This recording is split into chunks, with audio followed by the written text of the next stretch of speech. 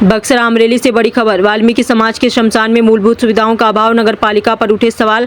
बक्सर शहर में वाल्मीकि समाज के शमशान की स्थिति दयनीय होने का आरोप सामने आया है। समाज के लोगों का कहना है कि बार बार मांग के बावजूद शमशान में पीने के पानी, बैठने के लिए बेंच और साफ सफाई जैसी मूलभूत सुविधाएं उपलब्ध नहीं है। शमशान की उचित देखभाल नहीं होने और आसपास अतिक्रमण की शिकायत भी सामने आई है। बार बार सूचना के बावजूद कार्रवाई नहीं होने से समाज में नाराजगी व्याप्त है। अब सवाल है कि क्या अंतिम संस्कार जैसी मूलभूत जरूरत के लिए भी भेदभाव किया जाएगा। समाज ने नगर पालिका से जल्द आवश्यक सुविधाएं उपलब्ध कराने की मांग की है।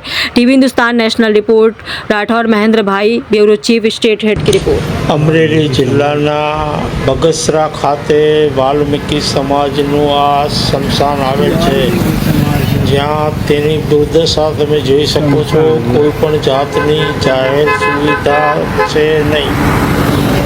નગરપાલિકા દ્વારા કોઈ પણ પ્રકારની સુવિધા પૂરી પાડવામાં આવેલ નથી, જેથી વાલ્મીકि સમાજનું જે સ્મશાન છે તેની દુર્દશા ખૂબ જ ખરાબ પરિસ્થિતિ છે અને દયનીય હાલતમાં છે।